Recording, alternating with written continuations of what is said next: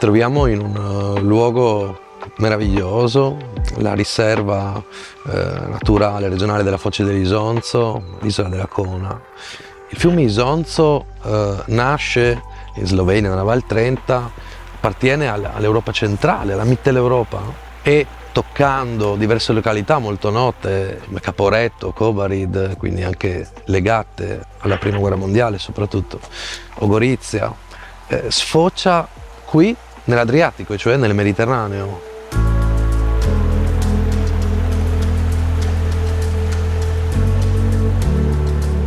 Questa è l'area umida costiera più settentrionale nel Mediterraneo e allo stesso tempo ci troviamo qui all'inizio, no? A pochi passi da noi, all'inizio o alla fine dei Balcani.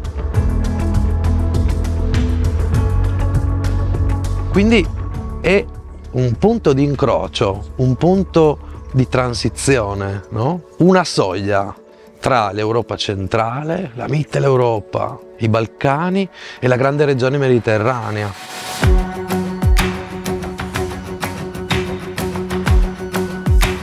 Questo è molto importante e ovviamente qui è visibile innanzitutto dal punto di vista naturalistico.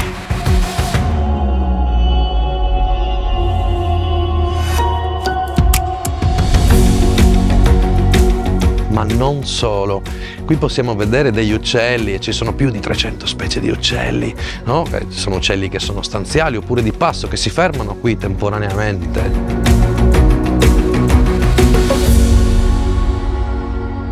Vorrei leggere un breve brano da un libro dedicato soprattutto alla flora di questo territorio, a partire dal Carso, scritto da alcuni grandi naturalisti di questo territorio, a partire dal professor Poldini. Non possiamo fare a meno di ricordare quante verità esprimesse uno fra i nostri massimi scrittori, Scipio Slateper, quando affermava: Trieste è posto di transizione geografica, storica, di cultura, di commercio, cioè di lotta. Ogni cosa è duplice o triplice a Trieste, cominciando dalla flora e finendo con l'etnicità.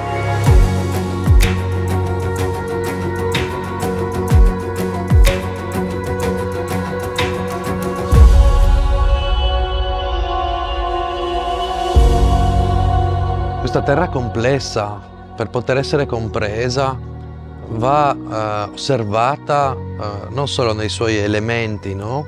Più piccoli, quindi dovremmo alzarci in volo e guardare dall'alto, perché non basta scendere nella profondità, no? Nei dettagli, bisogna avere un quadro d'insieme.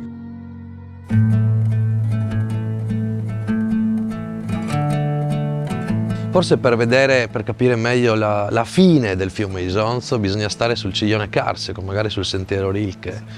Forse è più semplice guardare Trieste o il Carso da queste acque, no? Da questo fango, e viceversa. Forse per capire questa laguna bisogna stare tra le pietre e le pietraie del Carso abbattuti dalla bora.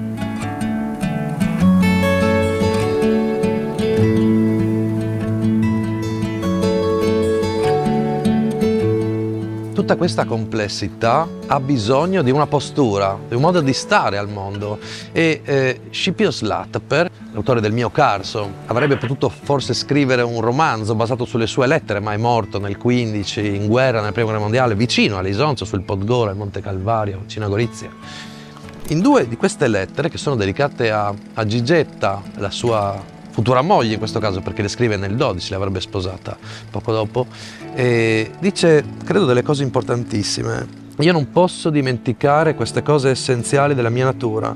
Prima di tutto sono un uomo, poi sono poeta e non letterato, e poi sono triestino, cioè senza una tradizione letteraria, ma devo fare tutto da me e sopra un materiale storico ed etnico molto più intenso che per lo più.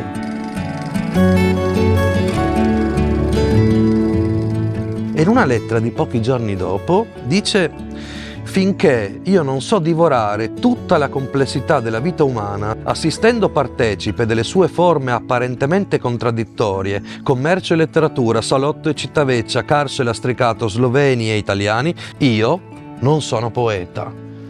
E cioè ci sta dicendo che per stare dentro questa complessità bisogna tentare di essere prima di tutto uomini, cioè lavorare sulla propria umanità, poi poeti e non letterati, poeti e triestini, dici, dove coincidono quasi, e cioè vuol dire divoratori di complessità.